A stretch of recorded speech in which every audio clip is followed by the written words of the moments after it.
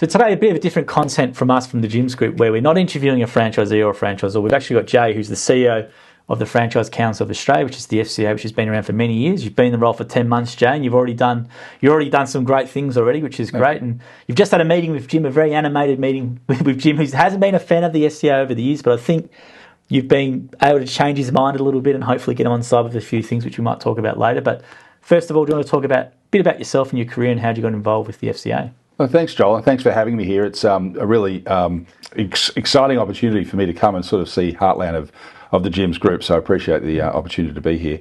Look, I'm a lobbyist. That's people ask you what you do, and often when I say that, people need another sentence, but someone that loves talking to government about whatever challenges might be going on and trying to solve problems. I've had the last 15 years I've been in the travel industry, which has quite a large franchising component to it, as their industry lead, and I've had lots of success in getting government to change the way in which they're regulating and governing industries and sectors, particularly in the case of travel. We had a big win. And so, 10 months into franchising, I'm loving every minute of it. Franchising, a bit like travel, is really full of fabulous people. And I genuinely mean that.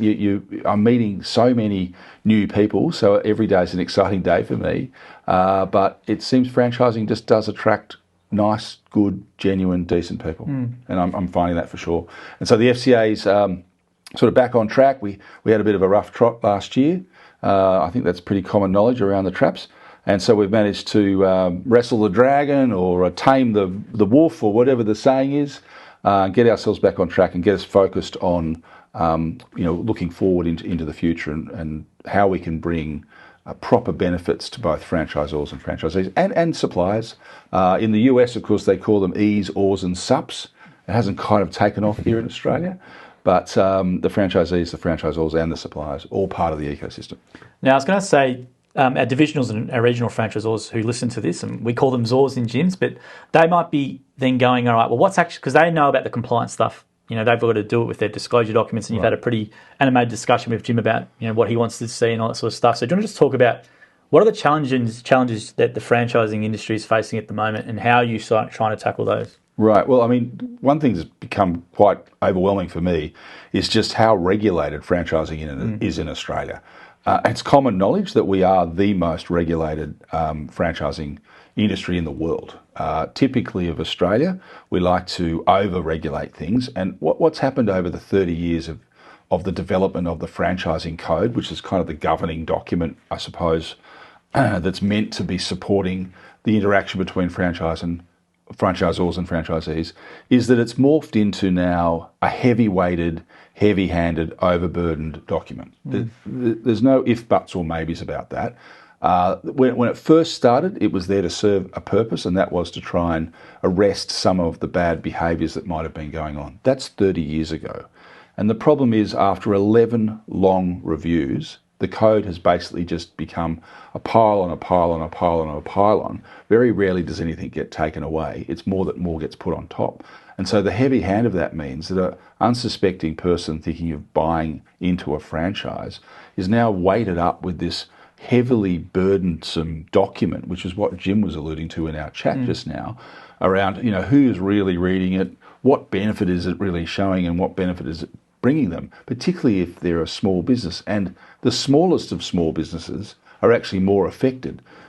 When you're a large small business, which might be a $5 or $6 or $7 million business, you might have more capacity and advisors and be able to afford advisors to unpack all that. But when you're starting out, you've got maybe $100,000 or $150,000 to invest in a franchise, and you're handed this, booklet of legal documentation, and it says, go and get legal advice and go and do this and go and do that. It's cha-ching, cha-ching, cha-ching. So it's become a real barrier to entry, and I think it's actually a barrier to entrepreneurship, because Australia is really well known as a sort of melting pot of concepts and ideas, and so many have become successful franchises through the years. But this heavy-handed regulation that we now sit in, I think, is stymieing some people's thoughts processes about taking their own idea into franchising, which is not good for the sector. So that's been a space, and certainly that comment resonates resonated directly with Jim today around his years and years, decades of experience in this thing. He's been breathing this through his first process, and it's clearly the thing that's frustrating him a great deal, and I can see why. So that's something we're hopefully going to be able to try and get control of. It's not a quick fix. Nothing in government happens quickly, unfortunately, because there's, an industry. You got one lobbyist up against the federal government. Last check, there's, I think, 40,000 employees. So it's 1 to 40. It's not a great ratio. 40,000, not a great ratio.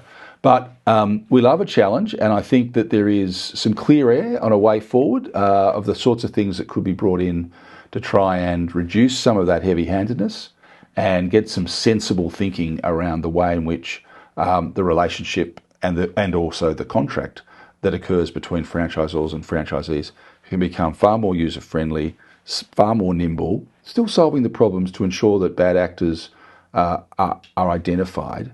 And the other conversation that we were having with Jim was the idea of bringing in some sort of rating system, which I think is a really refreshing concept, because there are people in franchising that would say that there's goods, bads, and possibly even uglies. And so if there was a rating system that identified those differences, that would mean someone coming in, new to franchising, would be able to go, oh, right, well, they're rated this or they're rated that. Why is that? It means they're questioning something without the awkwardness of it. And perhaps that's where industry can play a role in that. And do you want to just tell the franchisors how this all come about? Because you said some interesting stuff about the automotive industry there. So where's all this sort of scrutiny coming from, or what's the cause for this sort of, maybe, let's say, pressure and changes? Right. Well, in terms of the code, the franchising code, there's been a lot of pressure being borne down on government from the automotive dealers. So those are the people that are sitting out with their alleged franchise, selling the cars on the shop floors. And of course, with the removal of Holden and Ford from a manufacturing point of view in Australia, it really lit a match on the deterioration of a relationship between those motor dealers and the motor manufacturers. And there's been many court cases, quite well-known court cases have gone on over various arguments that are occurring between those two parties. Meanwhile, back at the ranch, there's something like 30-odd new car manufacturers swaying into Australia, and they're all coming. Every time you drive down the street, you see a different brand. Half the time you've never heard of it, and you think, oh, what's that? So we're getting more and more of these big brands coming to Australia, and those big brands are big companies. It's an interesting stat that one of the Chinese car manufacturing companies actually produce more cars in a month than the entire country of Spain produces in a year, and Spain's one of the largest car manufacturers in the world. And so these companies are monolithic, huge, in a lot of cases Chinese companies, coming to have a negotiation with potentially a mid-sized, possibly even publicly listed entity that might own 40 or 50 dealerships. So in one sense, they're big, but in comparison, they're tiny. And so a lot of the frustrations that are occurring between those relationships have now been forced into the franchising code because there isn't a separate automotive code. If there was an automotive code for franchising, or let's call it licensing perhaps even, then a lot of those specific frustrations could be sat in a separate code. Whereas now we have some of these provisions that they need affecting even your franchisees, which are matters that are just never going to happen. One example is that there needs to be compensation for where the franchise decides to withdraw from Australia. Now, is the Jim's Group ever going to withdraw from Australia? No. But every one of your agreements has to address that. So it's ridiculous that we've ended up with a sort of a colliding of one particular sector's concerns across the whole industry. Therefore, the agreement got amended accordingly to the wills and wishes that they desired, which is unfortunate. And hopefully we can find a way of arresting that as we go forward. Yeah, thanks for a bit of that history lesson for franchisors that might not be going and understanding where's this coming from. So when I heard that from you, I thought it was quite interesting to sort of share that as well. Sure. So what is the plan of attack, if you can share it, or what do you hope to do with the FCA moving forward to sort of try and support the industry or the franchisors who are affected by this? What's your sort of plan of attack, or what you're hoping to do? Well, certainly what we're planning to do is something that's going to hopefully be positive for both franchisors and franchisees, because the fundamental thing is that it's a symbiotic relationship between two parties that really have got a vested interest in both being successful. And anyone that says otherwise, I don't think is genuine, because that's the truth of it. If the franchisor is doing well and the franchisee is doing well, everybody's doing well. So as we go forward, what we want to try and do is arrest some of the regulatory control that's currently administered by the ACCC, and we want to bring that back into the industry's hands. Now, we did this in the travel industry, where, just as a quick aside, so in Australia, 15 years ago, every business required a travel agent's licence. And it didn't matter which state or territory you're in, you had to have a travel agent's licence. And in some cases, you had to have certain qualifications to hold that licence. And so over a period of time, we managed to get every state and territory to deregulate and to remove all of that legislation. All that red tape was removed from the industry. And the industry body, the FCA for travel, if you like, became the accreditation body. It was a voluntary scheme, and 95% of the industry signed up to the voluntary scheme, and that became the watermark of the fact that you were doing the right thing. You were running your business correctly to a set of standards that were issued by the industry body. So the plan is to effectively take what was a really good idea in travel and nuance it for franchising, which was basically some of the things that Jim was saying in our chat just before. I was thinking, well, that's kind of music to my ears, because that's exactly what we're thinking of doing.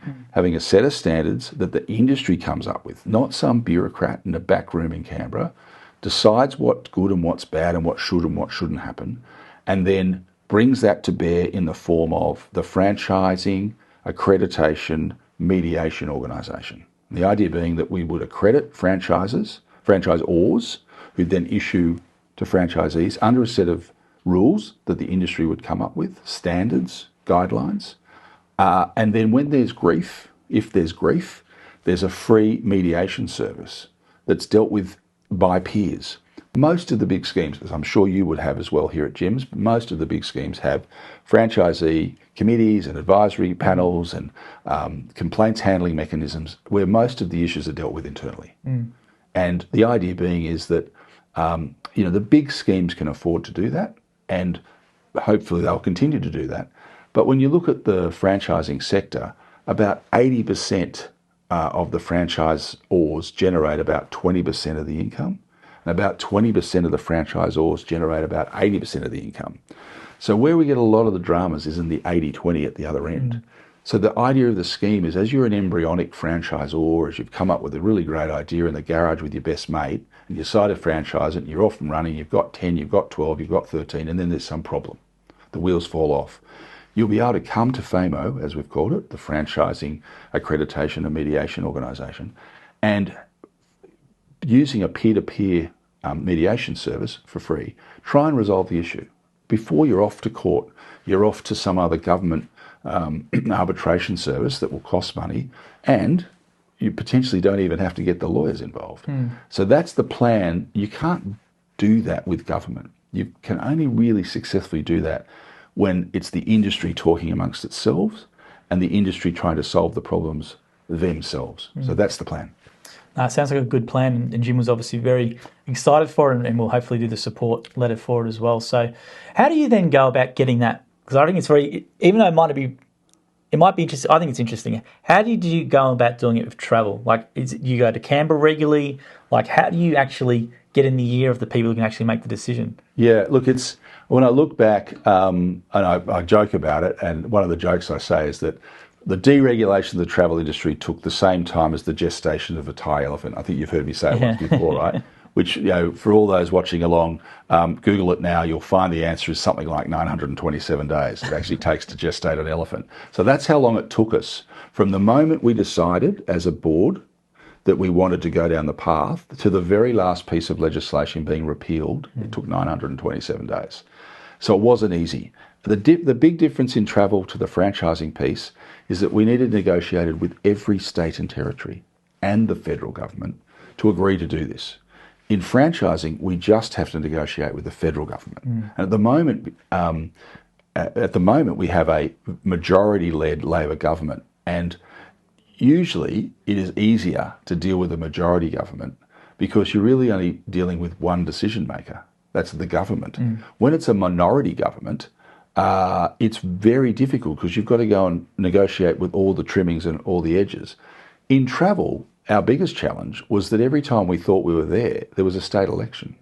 And often the keeper of the keys would change from one party to the next, so you'd have to start again. It was a very complex process. There was probably 4 people involved in that process, if I was true to it, in terms of the core 4 people that actually made it happen. There was an army of supporters, and which is the point I was making today to Jim. You know, he said, what can I do to help? It's about getting supporters and getting a volume of supporters, getting everybody on side with what's being thought about, so that when we say, go and talk to your local member, or write a letter to your local member, or here's your local member's name and address and email address, can you on your letterhead write a letter that says, my industry needs to be re-regulated and I support FAMO, or whatever it might say. That's when the force of franchising is going to come to bear, because we are a massive movement. If you think about how big franchising is, they say somewhere between 1,200 and 1,300 franchise networks, which of course Jim's group is whatever number you are, whatever you said to me.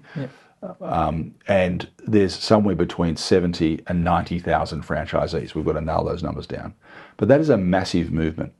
And if you think about the fact that both franchisors and franchisees end up with a big weight of government being shifted out of their way, a reduction in red tape, it's easier to make these things happen. We can solve the problems within amongst ourselves. We're talking to ourselves. We're not having to run off to government.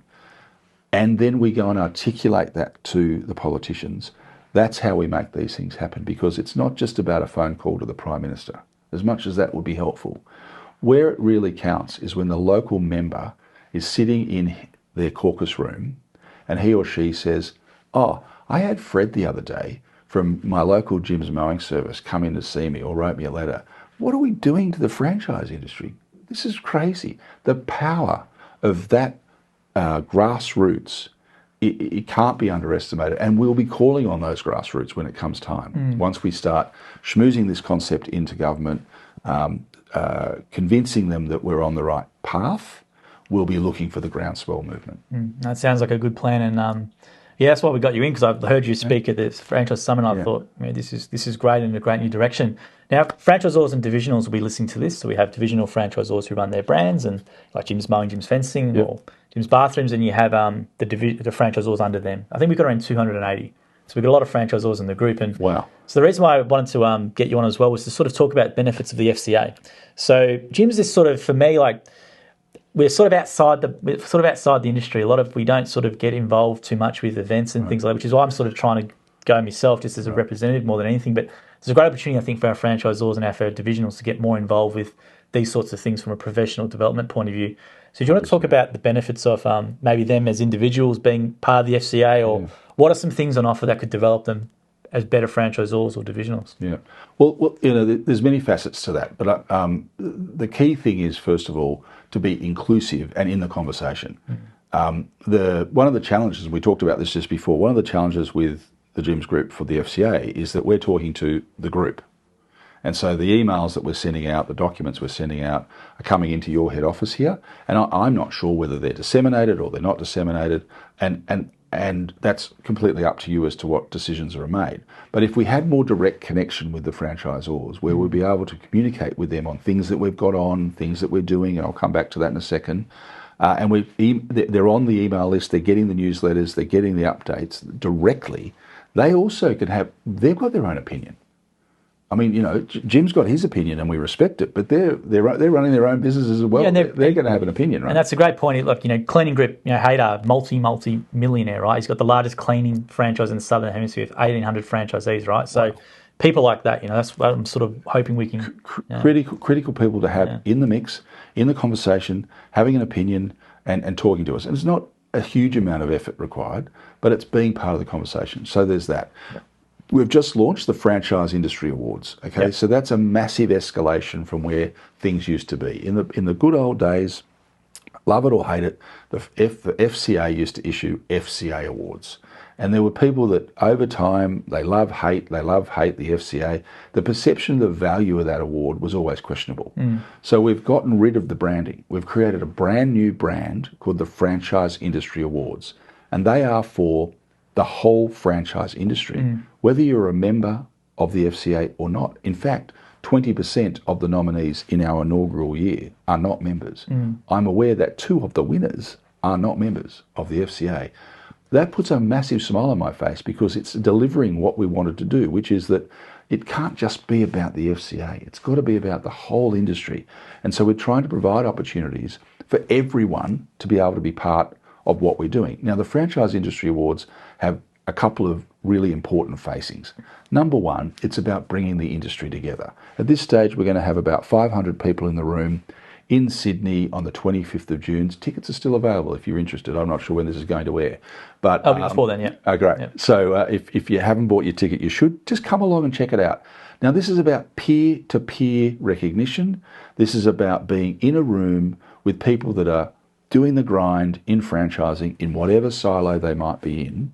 And it's about being part of something. So that's number one. Number two, it's saying to government. Now, we've got invitations out to the new minister. I don't know whether or not Dr. Ali will be coming or not because we haven't had confirmation because government's still in autonomous mode, right? I'm not quite sure who's running the country at the moment. It's sort of running itself. But as the dust settles, we hope that we'll get the minister to attend. If not, we'll work through that process. But the government will be well aware. We'll be writing to the Prime Minister, the Treasurer and the Minister about who won the awards, what the categories are around, what our robust process is. It's all about elevating the stature of franchising in government's mind that says, you got this. You guys know what you're doing. You know how to do it. You're an important part of the economy. I mean, we generate $135 billion. That's an amazing stat for people because obviously they employ a lot of people as well, right? 500,000. 500,000. So yeah. So we say 135 billion turnover is the contribution to the economy. We say 70,000 plus small businesses operating in the ecosystems and over 500,000 employees. It's a massive force for good, all centered around franchising. So the FIAs are doing 2 things: bringing everybody together and really saying to government that we're a serious force to be reckoned with, and we know what we're doing and how we're going about it. And the third piece is genuinely celebrating peers, being able to enable peers to be recognised, pick up their award, have their moment in the sun. It's an exciting thing to happen. And it becomes, particularly for those that are in career positions, because we've recognised not just franchisors, we've recognised a raft of franchisees.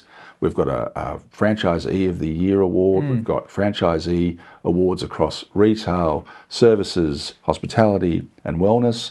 And maybe we've got to rejig some of those categories. It's a learning year, inaugural year.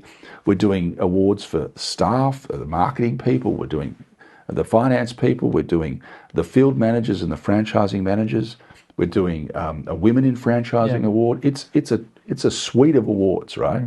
So it's a first time, and we're very excited about it. The second thing we're doing, of course, in October is the National Franchise Convention.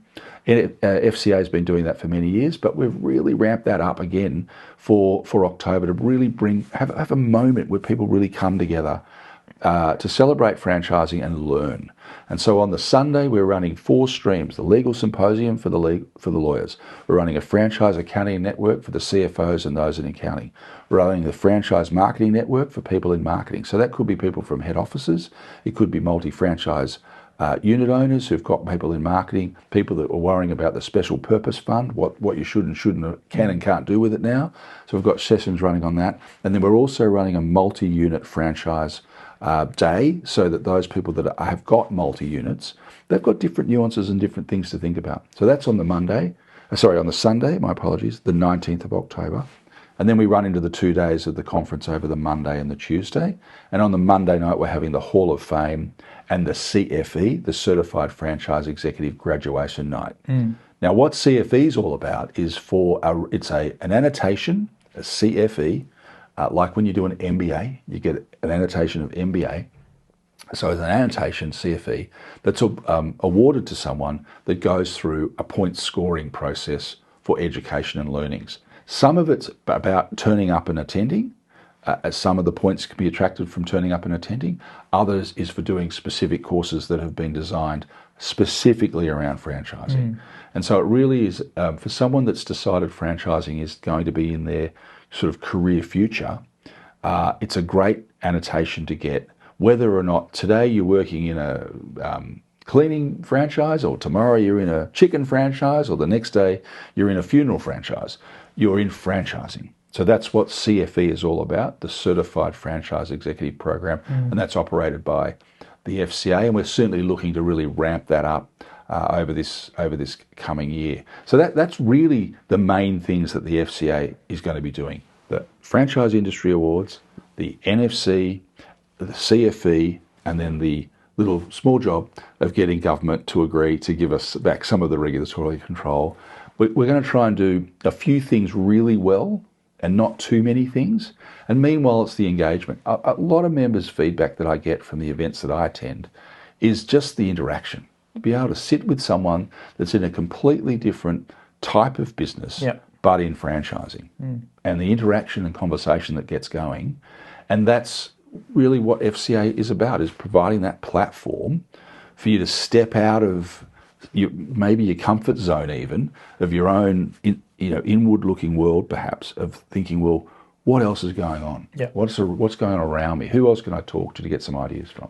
That's a great point, and it's all really exciting. I'm looking forward to the FIA Awards. It's going to be, I think, a really good event, and I'm hopefully encouraging our franchisors and our divisionals next year to put themselves forward, because there's a lot of really good stories and operators. When I see that sort of stuff, I think we need to have more people in it, which is really good to hear, and it's a great event what you guys have done. So and of course it's free to enter. Free to enter. And that's the thing, like before you had to be a paid member and all that sort of stuff. Now it's free for anyone. So I encourage gyms, franchisors and divisionals, don't be shy. Please do it as well. And I love the point you made about getting outside of your comfort zone. With gyms, we're a little bit in our bubble. We have a gyms bubble because we're so big, but we have our franchisors who learn from each other and network from each other, which is great. But for me, over the last 2 or 3 years, when I've started getting out of my comfort zone and going to an event or something like that, I've learned a hell of a lot. We have our own learnings and our own biases internally.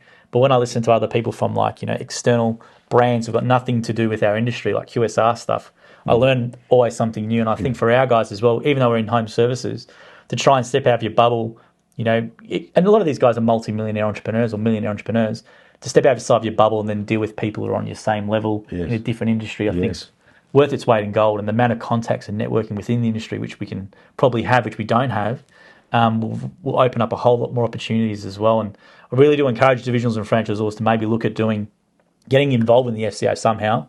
So membership, they can be a member of the divisionals and franchisors individually, or and I think that's the thing that I think what we'll do off the back of this great interaction I've had today is come up with a new plan for gyms for how can we price that so that it's cost effective and almost can't not have it because it's cost effective and affordable, and start the interaction going to start with the franchisors themselves, right?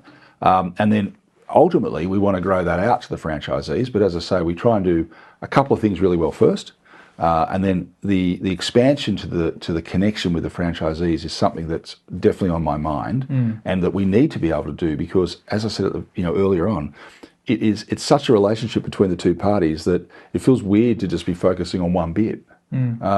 We should be focusing on the whole unit of the connection between the two parties. And I think the franchisors will get a lot from the sessions you always put out, invites for sessions and stuff like that. And I think the learnings from them would be great. And also the in-person networking events too, I think are awesome from what I've seen anyway. And the awards, it's going to be great. So even if you haven't nominated yourself for an award this year, please do it next year because I want to see a few more gyms. I want to see some gyms people in there. So I'm very lucky to be in there myself, but I want to see a few more gyms people in there. So many good stories in gyms. We don't get involved in these things enough because I don't think Jim's been on board with it and it sort of filters down a little bit. So I'm hoping, very positive meeting today, and I'm hoping it sort of changes around. We did have a positive meeting. It was, obviously I felt, honestly. I was a bit unsure, to be honest, Jane. People listening to this might start laughing. I sort of tried to warn you, so I might be a bit prickly, but I thought he's very passionate about the franchisees, and that's his focus, not the, Oh, and you can just feel the knowledge that comes out of the guy's mouth. I mean, it's just amazing. You handled yourself very well. Yeah, I was great. You did very well. Now, I got his book too. I got a signed book too. Yeah, I forced it on you. You didn't answer. I forced it on you. But look, it's through my career, I've been very fortunate to meet some incredible entrepreneurs. And what always amazes me about entrepreneurial people is that at the end of the day, they're a person. And as much as there's often, they've got strong opinion and strong views, which is possibly what made them the successful person, they've got knowledge that if you can tap into it somehow and get them talking to you about what's on their mind, 15 minutes, can be the same as sometimes 2 hours with someone that's not. They're a different breed of person, these incredible entrepreneurs. And as I say, in my career, I've spent a lot of time with Screw Turner, the founder of Flight Centre. We still share crazy jokes with each other on WhatsApp occasionally. I mean, he was a vet, knockabout bloke. He still has his signature pens in his top pocket. Looks weird. Wears his short sleeve with his collared shirt because that's his background. But he's a guy that's become an incredible entrepreneur with a very, very, very large global business. But at the end of the day, he's just Screw. He's just a guy. You can have a chat like this with him, and many others that I've met over the years. I put Jim into that sort of category of person, and you do feel genuinely thankful for having the opportunity to meet with and for him even to give me the time. So I really do appreciate it, Joel. No, I appreciate you having you down. Hopefully the franchisors and divisionals maybe reach out. So if they want to learn more, just go to the FCA website? Or? FCA website. Yep. There's a contact list there, or the numbers there, or call, or come via you, or whatever it is. It shouldn't be hard to find us, and we'd love to hear from anyone, and we'll certainly come up with an arrangement. We'll put out to our franchisors, but I do encourage the franchisors, don't be shy and nominate yourself, because I think it's nice for everyone to get a bit of recognition. We've got some really good franchisees and franchisors in the system who I don't even think they knew about it, so now they know about it. No. So for next year, moving forward, hopefully they can encourage their franchisees and ZORs. A lot of them do their own industry association ones, like Sparza for our pool care guys, for example, they do a bit. Yeah. But I think this is the franchise industry, and I think it's a great industry to be involved with, and a lot of the people listening to this know what it's done for their life, so it's great to hopefully get involved, and we can start helping you guys with your mammoth task of getting this thing done. But I think it is a mammoth task, that's for sure. But after hearing your speech at the Australian Franchise Executive Summit, I was really confident in they've got the right, you're the right person to do it, and you've proven to already have done this before, with with the travel industry, right? So I'm really confident in the FCA is going, and Jim is as well. He's a hard man to please, and I was a bit worried today, so he's very positive about it. But anything we can do to support you as well, please let us know. But thanks for coming on today, Jay. Appreciate it. Thanks for having me. Really, really great conversation, and really awesome to meet Jim today. Thank you. Awesome.